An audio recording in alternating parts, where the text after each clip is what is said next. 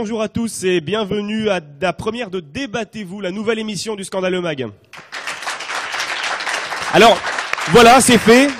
Le Scandaleux Mag va désormais proposer régulièrement, en association avec Isabelle Sequeira et l'EDEC, un débat de société ou culturel qui rassemblera des spécialistes du sujet que l'on aura décidé d'évoquer au cours de cette émission.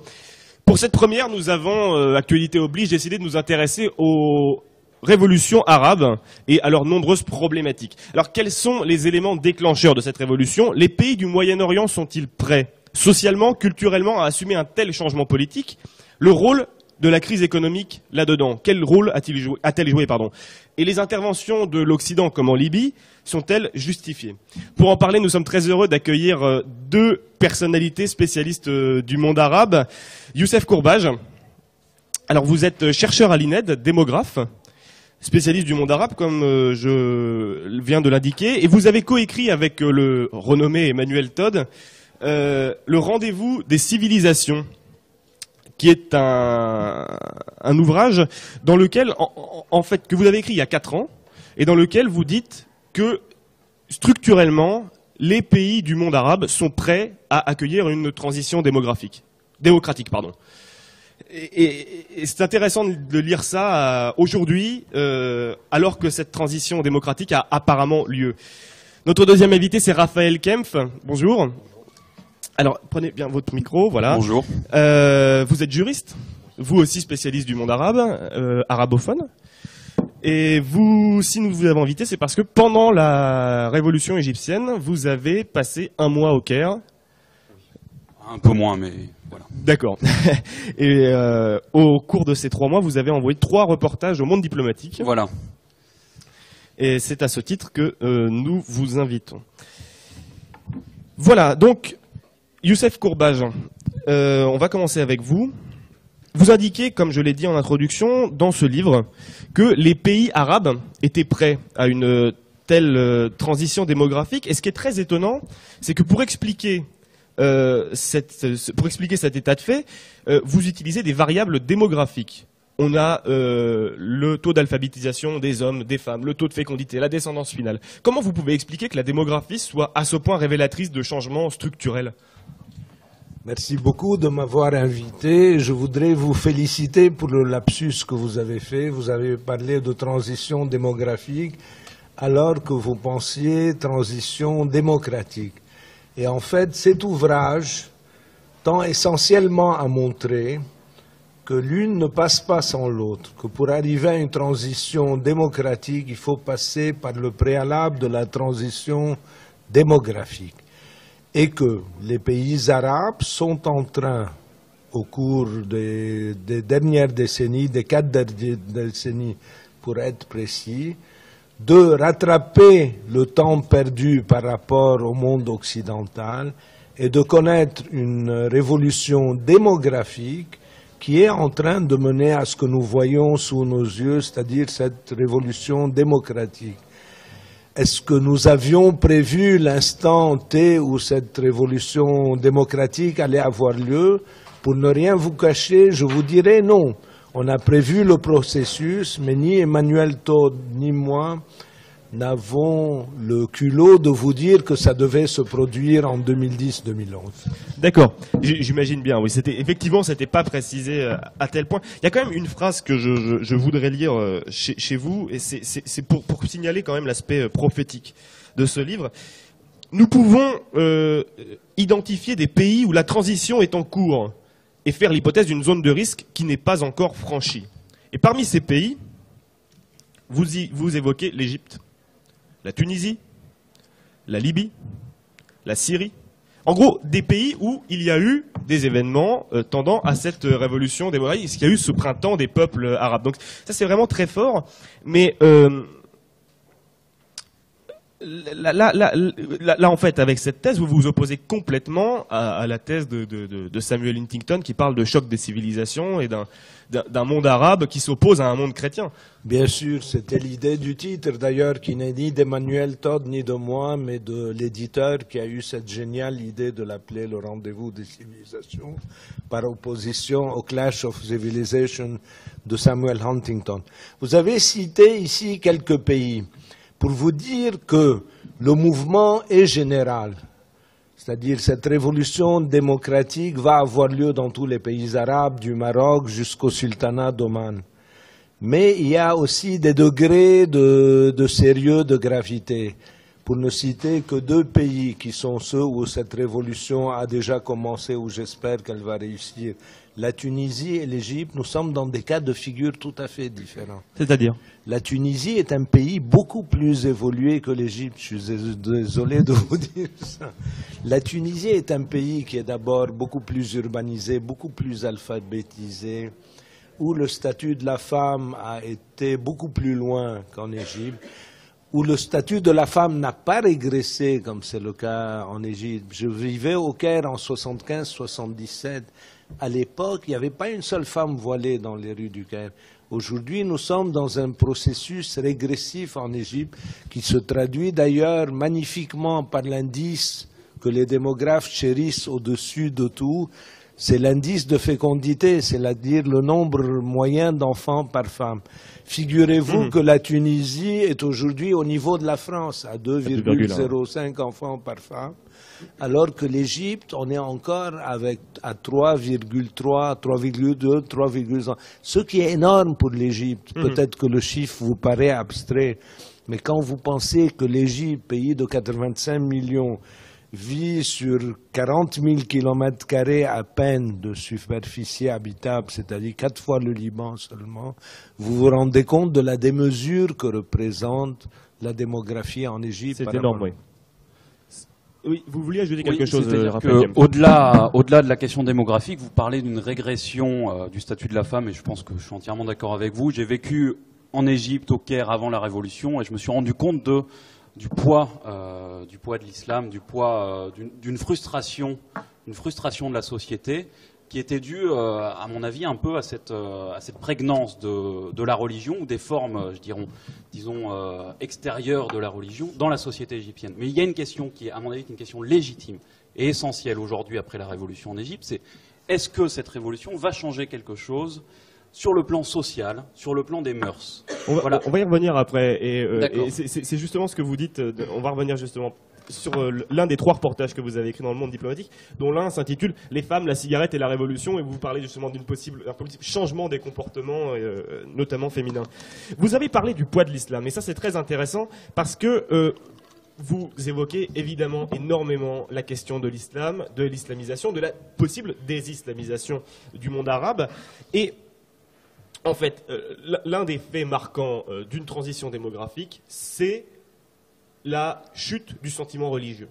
Et vous indiquez justement que c'est très curieux, mais il y a a priori pas de désislamisation dans ces pays. Comment ça se fait? Comment vous pouvez expliquer? Je vais vous demander de bien parler dans le micro. Voilà, parfait. Ça va ici, je suis bien centré. Oui, en fait, il y a les 2 aspects qui peuvent vous paraître contradictoires.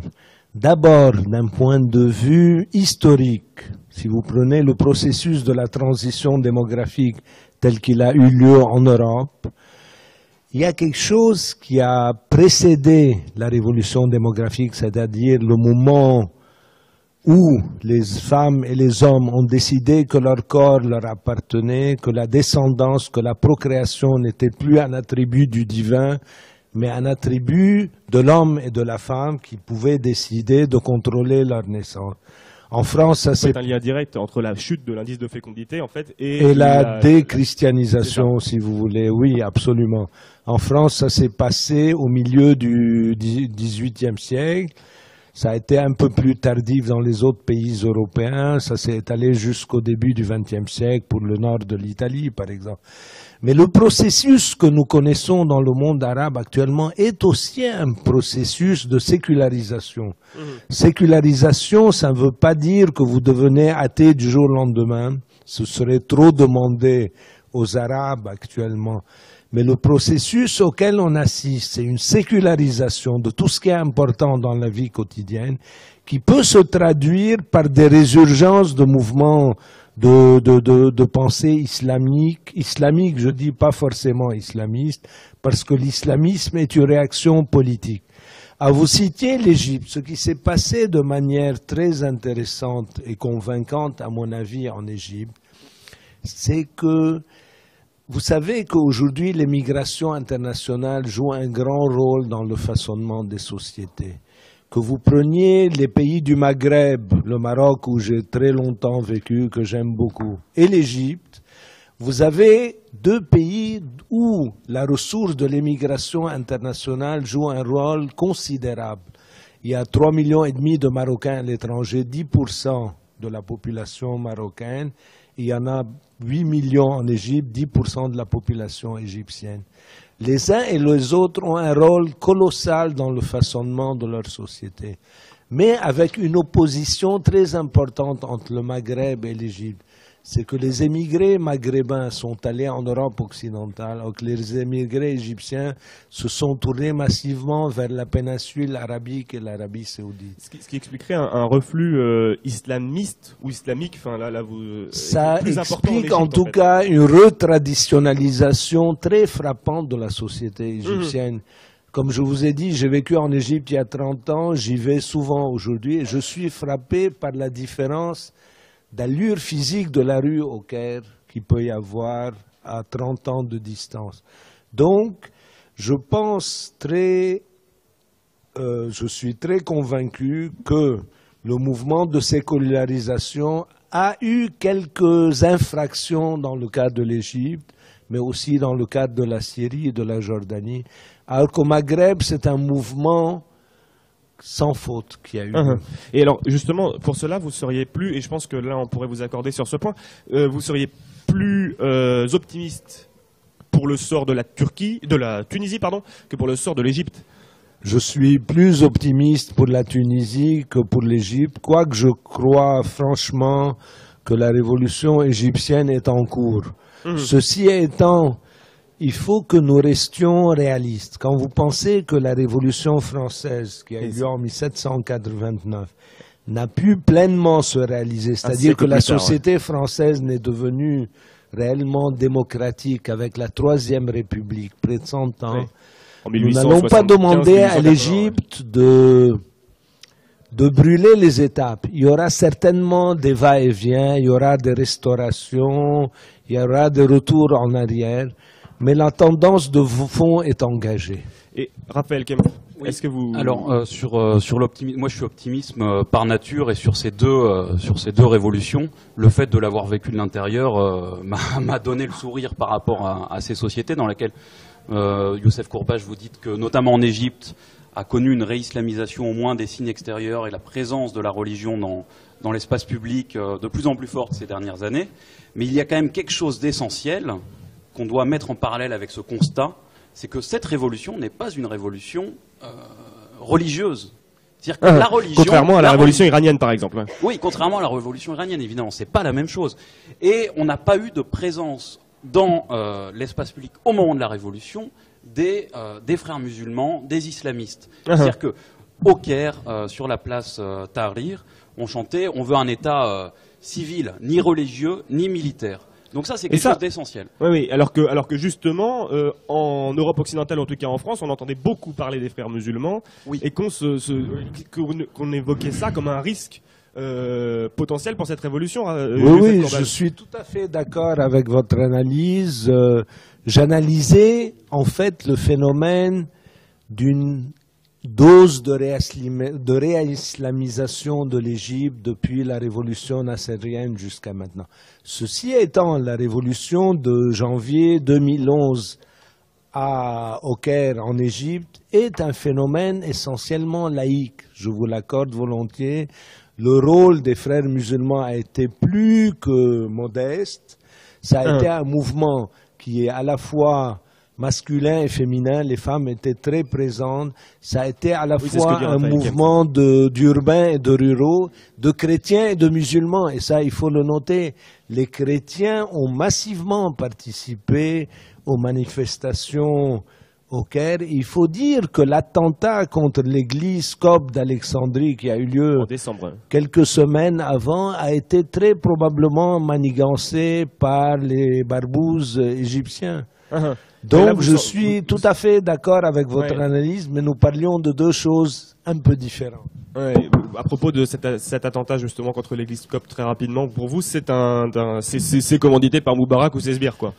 Je sais pas, il me semble me souvenir qu'il y a eu, au moment où on a ouvert les archives de la sécurité d'État quelques semaines après la Révolution, on aurait trouvé des documents mettant en cause justement les nervis du régime. Voilà, mais ensuite, dans l'analyse du problème des violences coptes, on a vu déjà dans le sud de l'Égypte... Anti-copte. Oui, anti-copte, bien sûr. On a vu déjà il y a un an, dans le sud de l'Égypte, à Naga Hammadi, des violences, une fusillade anti-copte. Vous pouvez situer Naga Hammadi? Oui, c'est au sud, c'est sur le Nil, c'est je sais plus 800 km au sud du Caire, il me semble. Voilà. On a vu des violences anti-coptes, une fusillade le soir de Noël. Mais la question c'est comment analyser ces violences? Est-ce que ce sont des violences religieuses ou est-ce que ce sont des violences qui mettent en cause d'autres facteurs socio-économiques, comme des luttes crypto-mafieuses entre des groupes qui se partagent des marchés voilà. Il faut bien réussir. Pour vous, il n'y a pas forcément de dimension religieuse dans ces mouvements et dans ces attentats, en fait. C'est-à-dire qu'il faut essayer de prendre en compte tous les autres facteurs. Voilà, je comprends bien. Je n'exclus pas, quoique l'hypothèse paraisse minime, qu'il y ait des illuminés. Il y en a dans la vallée du Nil, mais peut-être beaucoup moins qu'en Irak, par exemple, où Al-Qaïda a une présence beaucoup plus consistante et pourrait entreprendre des attentats antichrétiens en faisant l'amalgame entre les croisés, entre guillemets, et les chrétiens irakiens. En Égypte, le cas est possible, mais il me paraît beaucoup moins plausible. Et je pense que, comme vous dites, c'est probablement soit des règlements de compte entre mafieux, soit des provocations policières pour montrer que Moubarak tenait le pays et que c'était à lui, que lui seul pouvait permettre la paix sociale en Égypte. Ok, donc ça c'est pour l'Égypte. Et effectivement, on voit la situation très compliquée là de l'Égypte, sûrement plus que la Tunisie, comme vous le dites. On va revenir, je crois que on peut conclure là sur ces éléments structurels et ces variables démographiques.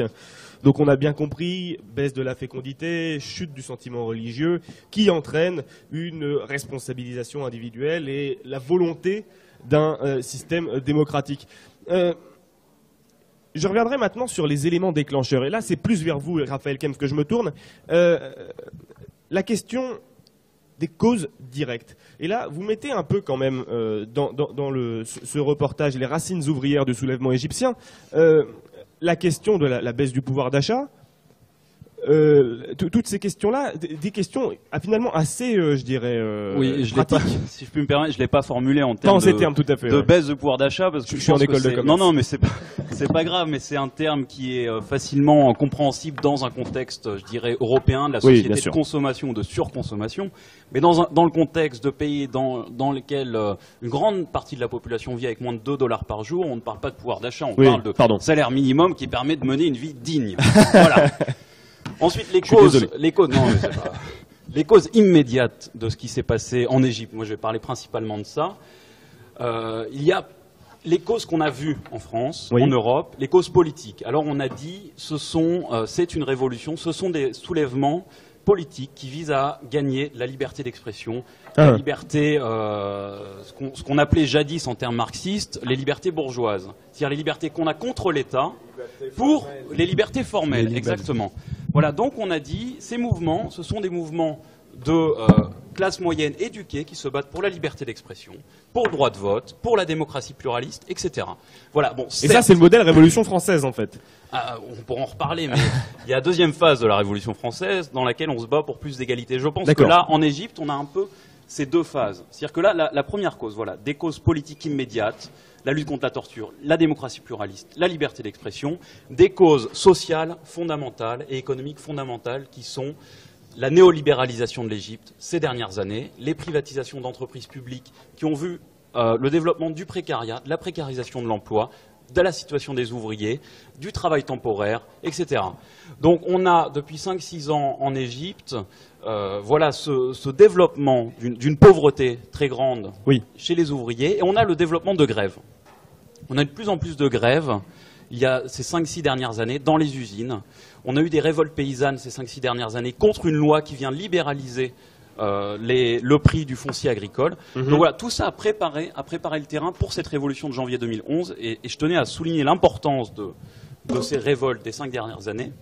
C'est-à-dire oui, des révoltes de terrain comme ça qui ont en fait alimenté et qui ont explosé en janvier quoi. Voilà, comme me l'a dit une minute, vraiment une minute. Comme me l'a dit Kamel Abbas, qui est un ancien ouvrier qui a monté une ONG de défense des droits des syndicats et des ouvriers. Voilà, ces révoltes, ces 5 dernières années, ont préparé le terrain, ont permis le développement d'une plus grande liberté de la parole, qui a permis ce qui s'est passé en janvier 2011. Youssef Courbage. Je suis tout à fait d'accord avec votre analyse. Je pense que les phénomènes qui ont déclenché la révolution, que ce soit en Égypte ou en Tunisie... Oui, pour vous, c'est le même phénomène en Tunisie, en fait. En beaucoup plus grave en Égypte, comme je l'ai dit, parce que la situation économique de l'Égypte n'a rien à voir avec celle de la Tunisie. Ils ont un PIB 2 fois plus élevé.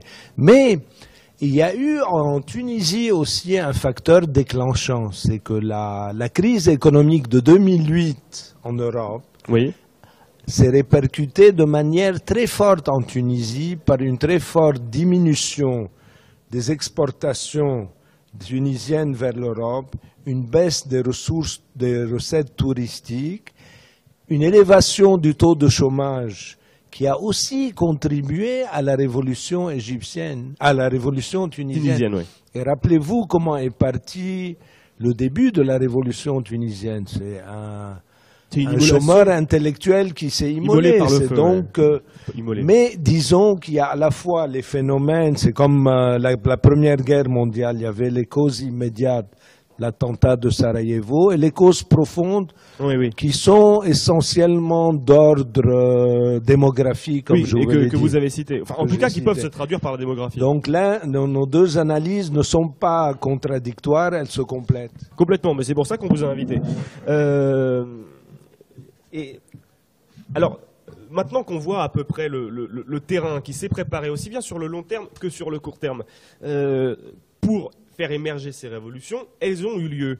Est-ce que vous avez été surpris, vous, personnellement, Raphaël Kempf, par l'émergence de ces révolutions? Ah oui, je dois avouer que j'étais profondément surpris. J'ai quitté le Caire en octobre 2010. Pour la première fois, oui, vous y êtes revenu. Voilà, où je travaillais dans une ONG de défense des droits sociaux et des droits des ouvriers. Je ne m'attendais vraiment pas à ça. Enfin, les gens là-bas ne s'y attendaient pas. Enfin, c'était inimaginable et d'un coup ça. Vous pensiez que le fils Moubarak allait succéder au père? Je dois avouer que c'était une question qui animait les chancelleries occidentales et dont j'avais à peu près rien à faire. Oui, j'ai été aussi également surpris. Je pensais que Ben Ali, mourant de sa belle mort, aurait une dame qui lui succéderait, son épouse. Mais j'étais à milieu de penser que ça allait partir en décembre 2010 et que ça allait partir de Tunisie. Ça, je dois dire que c'est le pays que j'aurais le moins facilement pointé du doigt. D'accord. Et pourquoi la Tunisie le moins facilement pointé du doigt? Quel pays vous auriez vu le premier? Le Maroc, l'Algérie? Non, le Maroc, pour des raisons, si vous voulez, on pourra en discuter plus longtemps, d'autant plus que je vis très souvent au Maroc. Mais j'aurais vu la situation plus facilement. Je vais vous dire où. Là où la population arabe est la plus dominée, et la plus humiliée, et la plus souillée, c'est la Palestine. Moi, je pensais qu'il y aurait eu une 3e intifada avant tout le reste. Est-ce que justement, ça vous semble pas difficile dans un milieu aussi tourmenté que la Palestine, où effectivement les populations arabes sont aussi opprimées, aussi dominées, comme vous venez de le dire? Est-ce que c'est justement pas là plus difficile de déclencher une révolution? Est-ce qu'il n'a pas fallu qu'un élément déclencheur dans un pays peut-être un peu plus démocratique, entre mille guillemets encore une fois, émerge pour ensuite aller dans d'autres pays comme la Palestine? Oui, mais maintenant que l'étincelle est partie, je doute qu'elle s'arrête aux frontières de la Palestine. Je pense que la Palestine risque de s'embraser dans les quelques semaines, sinon dans les quelques mois, sinon dans les quelques semaines. Raphaël Kempf, vous semblez partager le jugement de sur la Palestine, oui, enfin... moi, je m'attendais pas à ce que ça pète. Enfin, je veux dire, la situation en Palestine semblait bloquée. Et là, on sent qu'avec ce qui se passe dans le monde arabe autour de la Palestine, on pensait pas que ça allait advenir dans ces autres pays, mais ça risque de changer quelque chose aussi pour la Palestine. Plutôt dans le bon sens, enfin, je l'espère. D'accord, je comprends. Et Et la façon dont elles se sont déroulées pour vous, ça a été justement organisé? Ça a été. Est-ce que pour vous, ça vous semble juste? Est-ce que ça vous semble pérenne, là, ce qui s'est passé? C'est-à-dire que ça s'est déroulé. Non, ça ne s'est pas déroulé. Ça se déroule en ce moment et ça se déroule encore. Je veux dire, c'est-à-dire Pour longtemps encore? Oui, c'est-à-dire que la lutte, par exemple, en Égypte, en Tunisie, est extrêmement difficile. On arrive dans des mécanismes de création de partis politiques, de débat. Donc là, on va voir dans les mois qui viennent, dans les semaines qui viennent, quel type de partis, quel type d'idées vont prendre le dessus. C'est-à-dire que là, après la chute de Moubarak en Égypte, par exemple, le 11 février dernier, on a eu tout un mouvement que les manifestants ont appelé le mouvement de contre-révolution. C'est-à-dire qu'on a eu l'armée qui avait pris le pouvoir à la place de Moubarak, qui tout d'un coup s'est mise à taper sur les manifestants, à torturer des gens après la chute de Moubarak. Oui, bien sûr. Alors que tout le monde disait l'armée et le peuple sont une seule main, sont ensemble, sont unis. On a eu cette armée qui finalement n'a pas tenu sa parole. Mais justement, moi je trouve qu'on parle beaucoup du rôle de l'armée, dans cette contre-révolution un peu. Et est-ce que vous n'avez pas peur que l'armée reprenne le dessus assez vite, quoi? Elle l'a, d'une certaine façon, elle l'a déjà le dessus. C'est-à-dire qu'il faut changer un régime. L'enjeu maintenant, c'est comment changer un régime et pas seulement quelques têtes qui sont en haut du régime et qu'on a fait sauter. On a fait sauter Moubarak, on est en train de faire sauter quelques gens qui étaient autour de lui, dont on enquête actuellement. Le procureur général en Égypte enquête sur leurs avoirs et la façon dont ils ont détourné des avoirs du peuple égyptien avant la révolution. Voilà, mais en faisant un processus parallèle à ce qui s'est passé en Tunisie, en fait. Oui, un peu, oui. Mais c'est-à-dire qu'en faisant juger ces hauts responsables, très visibles, le Conseil suprême des forces armées, qui détient le pouvoir en Égypte, essaye, disons, de calmer un peu le peuple pour ne pas montrer que l'armée aussi et certains officiers de l'armée sont également corrompus. Quelques secondes sur le rôle de l'armée. Oui, il faudrait peut-être redire à quel point en Égypte l'armée c'est plus que l'armée, c'est un complexe militaro-industriel en fait. L'armée a fait la guerre en 1973 et depuis elle vit de ses rentes. Oui. Ces rentes, c'est l'extrême aisance, pour ne pas dire la richesse des militaires qui sont en Égypte. Je pense que ce sera un combat de longue haleine. Ce n'est pas du jour au lendemain que l'armée égyptienne deviendra une armée populaire. La première étape, se débarrasser du clan de Moubarak et de son clan, a été salutaire. Ça ne veut pas dire que l'Égypte va se transformer en société civile du jour au lendemain. Elle risque d'être pour un certain temps encore une société militaire, selon l'expression d'Anwar Abdelmalek, qui avait écrit un ouvrage dans les années 60 qui portait ce titre. Mais je crois que c'est déjà beaucoup d'avoir réussi à couper la tête de la vipère. D'accord, je comprends. Une dernière question sur le rôle des jeunes. Sur le rôle des jeunes, on a beaucoup parlé du rôle de la jeunesse, notamment via les réseaux sociaux, qui a pu s'organiser très vite et qui a pu s'organiser par un mouvement spontané, en fait, sans leader, sans organisation a priori. Vous avez ressenti ça, Youssef Courbage? Après Raphaël Kempf. D'abord, moi, pour une question qui est facile à comprendre, liée à mon âge, je m'oppose violemment à ce concept de révolution des jeunes.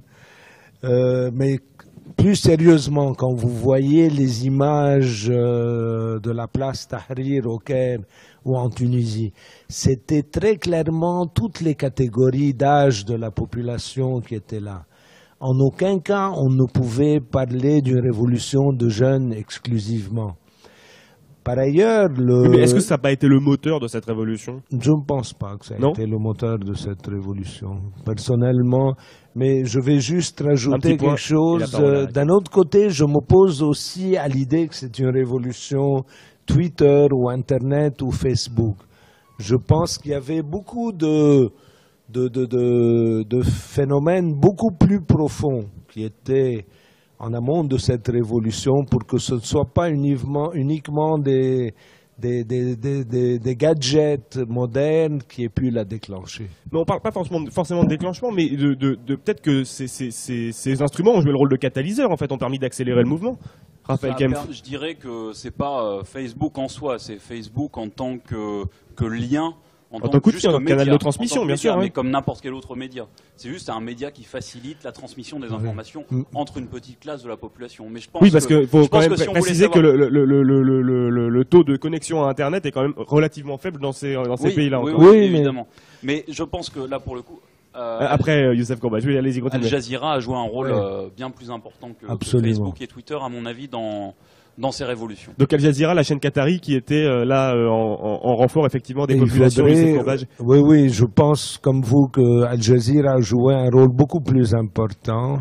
Et c'est d'ailleurs un paradoxe à souligner que ce soit l'un des potentats les plus riches du monde arabe qui est une chaîne révolutionnaire, le Qatar, qui est par ailleurs extrêmement timide sur ce qui se passe en Syrie. Je ne sais pas si vous l'avez remarqué. Comment vous expliquez ça, Al-Qaïda timide en Syrie? Parce qu'il y a des intérêts communs entre le Qatar et la Syrie qui font que certaines vérités sont bonnes à dire quand il s'agit de la Tunisie, de l'Égypte ou de la Libye, mais moins bonnes quand il s'agit de la Syrie ou de l'Émirat de Qatar, pour lui-même d'ailleurs. D'accord. Donc là, on a eu un bon point sur ces révolutions et savoir comment ça allait évoluer. Vous semblez plus pessimiste sur la Syrie?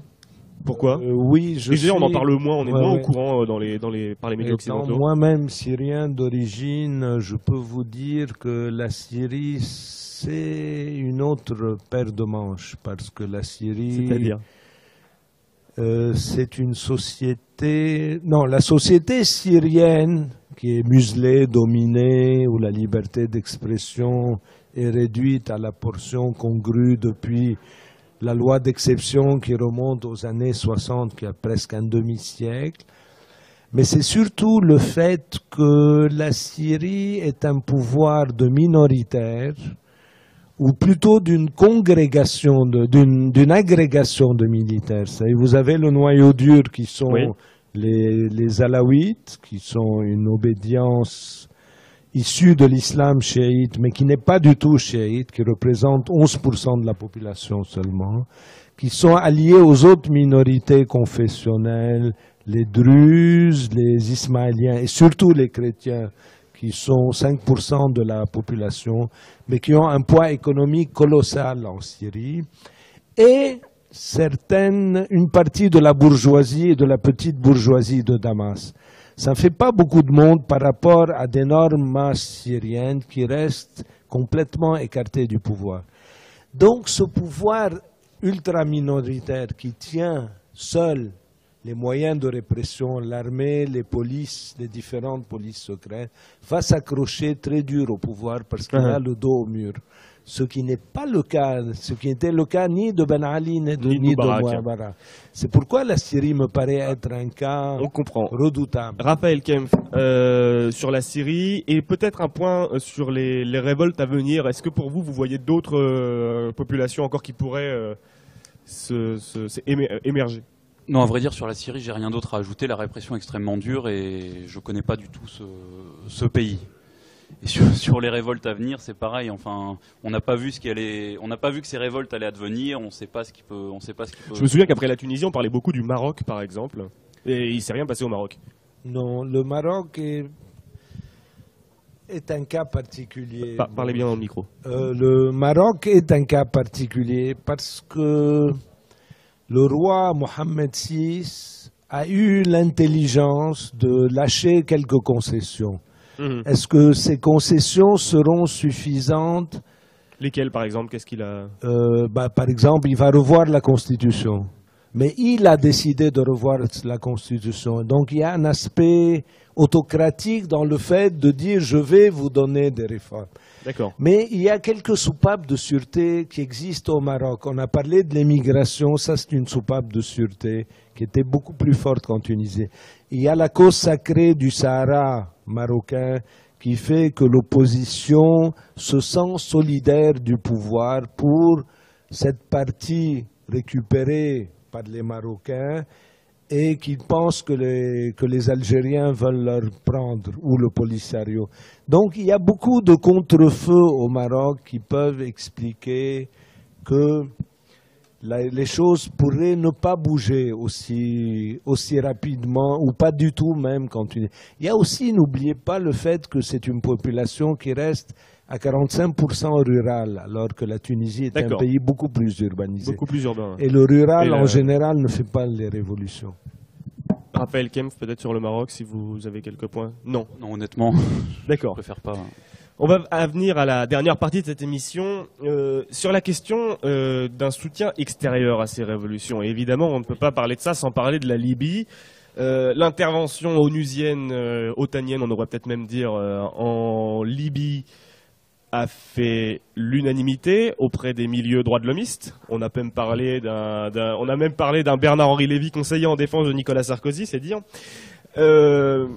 Raphaël Kempf, je crois que vous avez très envie d'intervenir. Non, vraiment, dans les milieux droits de l'homiste, tout le monde n'était pas à fond pour cette intervention. Qui, par exemple? Ronnie Broman, évidemment, qui s'est opposé très fort. Ronnie Broman, c'est Médecins sans frontières. Oui, voilà, c'est ça.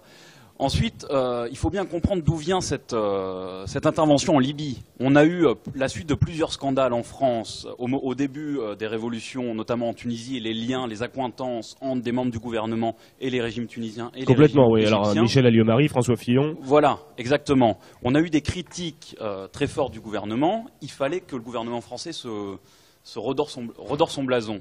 Et là, il avait une occasion en or de redorer son blason en intervenant en Libye, tout en faisant, permettez-moi l'expression, de la pub pour ces rafales que Sarkozy n'arrive pas à vendre depuis un certain temps. Et qu'il était question de vendre à la Libye, notamment. Voilà, alors c'est ça qui est étonnant, c'est-à-dire qu'après le début de l'intervention, j'ai vérifié un peu tous les accords bilatéraux qui avaient été signés ces 4 dernières années entre la France et la Libye. Donc depuis l'arrivée au pouvoir de Nicolas Sarkozy, 11 traités internationaux ont été signés entre la France et la Libye dans des domaines comme la santé, la sécurité, le nucléaire, la défense, oui le nucléaire. C'est-à-dire que Sarkozy se prend, disons, un double revers à la fois sur la Libye, à qui il a copiné, et sur le nucléaire, parce qu'on voit qu'aujourd'hui ça ne marche plus très bien pour d'autres raisons. Voilà, il a essayé de vendre du nucléaire à la Libye.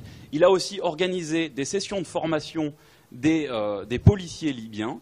C'est-à-dire que des policiers libyens étaient formés par des policiers français. Ça, c'est dans un rapport de l'Assemblée nationale. Enfin, je préfère citer mes sources.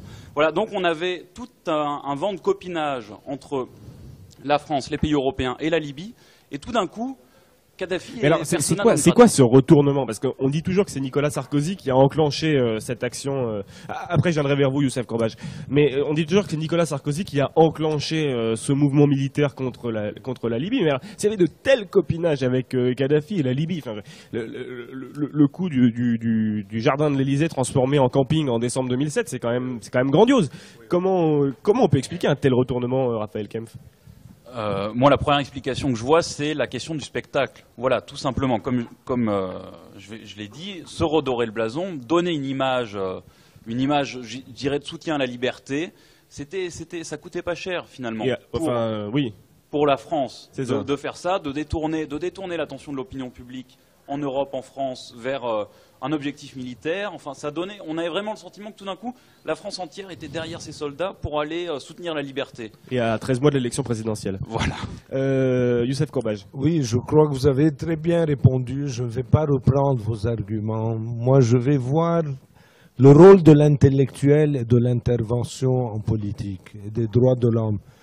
L'attitude de Bernard-Henri Lévy a été exemplaire d'aller à la défense des Libyens, mais j'aurais aimé qu'il soit aussi brave et aussi courageux lorsque Gaza était dévasté par les bombes israéliennes. S'il avait eu la même attitude, j'aurais peut-être eu plus confiance dans son intervention. Demander à Bernard-Henri Lévy d'aller contre Israël, c'est peut-être beaucoup lui demander, mais justement, est-ce que c'est le rôle, et là je voudrais peut-être venir sur une réflexion plus de fond, est-ce que c'est le rôle d'un État déjà démocratique, à supposer que la France soit un État démocratique, votre père Hervé Kempf dirait le contraire, mais est-ce que c'est le rôle d'un État occidental d'aller donner un soutien militaire à des populations insurgées? Youssef Courbage. À mon avis, non. À mon avis, il n'y avait pas de raison que l'intervention humanitaire ait lieu en Libye plutôt qu'en Côte d'Ivoire ou dans d'autres pays dévastés par des guerres civiles. Il me semble que le monde occidental aurait mieux fait de laisser les révolutionnaires libyens agir par eux-mêmes. Sinon, je ne vois pas pourquoi ils n'interviendraient pas également au Yémen, où les populations sont massacrées par leur président de la République qui s'incruste depuis 32 ans. Pourquoi ils n'interviennent pas en Syrie? Pourquoi ils n'interviennent pas à Bahreïn? Non, il n'y a pas de raison d'avoir privilégié la Libye en laissant les autres pays de côté. D'accord. Et Raphaël, qui vous Oui, sembliez... avant de savoir s'il est légitime et moral d'aider militairement une intervention, il faut savoir s'il est légitime et moral de soutenir des régimes autocratiques. Parce que ces dernières années, on a vendu des armes à la Libye. Je veux dire, il y a le rapport sur les exportations d'armes de l'Union européenne qui paraît tous les ans. On apprend qu'en 2009, la France a vendu pour 44 millions d'euros d'armement à la Libye. Hier, j'ai vu ça dans le Guardian ce matin, à la Chambre des communes à Londres. Voilà, à la Chambre des communes. Mais pas les Rafales. Oui, pas les Rafales malheureusement. Voilà, on accuse l'Angleterre d'avoir vendu aussi des armes à la Libye. Donc voilà, là c'est la première chose. Rappelez déjà que les Européens ont soutenu les régimes autocratiques, militairement. Ensuite, actuellement sur le plan de la Libye, est-ce qu'il fallait soutenir? J'aurais préféré voir un soutien arabe, enfin clairement, plutôt qu'un soutien occidental. Parce que maintenant l'Occident... Mais un soutien arabe, c'est un soutien de qui? Parce que j'ai l'impression qu'à vous entendre que tous les régimes arabes, ou presque, sont des régimes autocratiques. Ah oui, non, bien sûr. Non, j'aurais dû préciser un soutien d'une nouvelle d'une nouvelle Tunisie ou d'une nouvelle Égypte démocratique. Oui, mais le soutien, il est là. Enfin, mais il ne peut pas être autre chose que moral ou. Ah non, le soutien aurait pu être plus. Parlez bien. Le soutien aurait pu être plus important. Enfin, rappelez-vous la guerre d'Espagne, on a vu des brigades internationales qui étaient allées aider les républicains. Voilà, pourquoi est-ce qu'on n'a pas eu la constitution de brigades du même type pour aller aider les rebelles libyens? Voilà, ce sont des formes de soutien qui sont des formes de soutien populaires qui malheureusement n'ont pas été mises en place et qui sont à mon avis plus effectives et qui donnent moins de poids dans l'après-révolution au régime européen, au régime occidental. D'autant que Youssef Korbaj, on se pose des questions sur l'efficacité de cette intervention militaire. Ce sera ma dernière question, mais là, les forces internationales semblent s'engluer dans les campagnes libyennes. Oui. L'impression que j'ai, mais c'est vraiment une impression, elle n'est pas étayée sur une observation de terrain. La Libye est l'un des pays arabe que je connais le moins bien. C'est d'une part que la société libyenne est divisée, que tout le monde n'est pas contre Kadhafi. La deuxième chose, c'est que les rebelles se battent très mal. Et la troisième chose, c'est que l'intervention occidentale ne les soutient pas de manière efficace et qu'en plus, il y a beaucoup de bavures sur le terrain. D'accord. Est-ce que vous auriez un mot de conclusion à ce sujet à donner? Je crois que Raphaël, avait un point. Sur la Libye ou sur les révolutions arabes en général? Sur les révolutions arabes en général, oui. J'aimerais qu'on se mette dans une position d'écoute par rapport à ces révolutions. En se disant qu'est-ce qu'on a à apprendre, nous, peuples, qui nous prétendons démocratiques, qui croyons tout savoir de la démocratie, qu'est-ce qu'on a à apprendre de ces révolutions? Est-ce que plutôt que d'aller donner des leçons et de dire comme certains journaux et comme certains intellectuels l'écrivent, je vise Niall Ferguson, qui est professeur d'histoire économique à Harvard, excusez du peu, qui écrit des bouquins sur des grandes fraises sur l'épopée de la civilisation et qui a expliqué récemment dans un journal de Londres que seul un optimiste accro au Prozac pourrait croire que la démocratie fonctionnerait dans les pays arabes.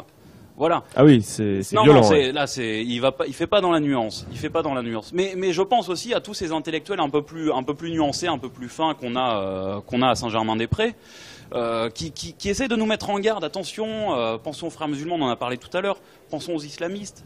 Ils nous mettent en garde contre ce qui pourrait arriver là-bas. Or, ce qu'on voit là, c'est le surgissement de formes démocratiques tout à fait neuves et étonnantes qui viennent d'en bas et qui sont faites d'autogestion. Voilà, les gens, on sent que quand on est en Égypte, au moment de la Révolution, on sent que les gens se saisissent d'eux-mêmes et veulent se saisir de leur destin et qu'il y a une libération de la parole. Plus d'optimisme donc de la part des Occidentaux pour Raphaël Kempf. Youssef Korbaj. Moi, je suis peut-être plus optimiste que vous. Je pense que les opinions publiques occidentales, que ce soit en Europe ou aux États-Unis, sont bienveillantes pour ces révolutions arabes actuellement. Dans le cas des Européens, il s'y ajoute, c'est à la fois une sympathie, disons, sympathique, qui part du bon fond des populations européennes.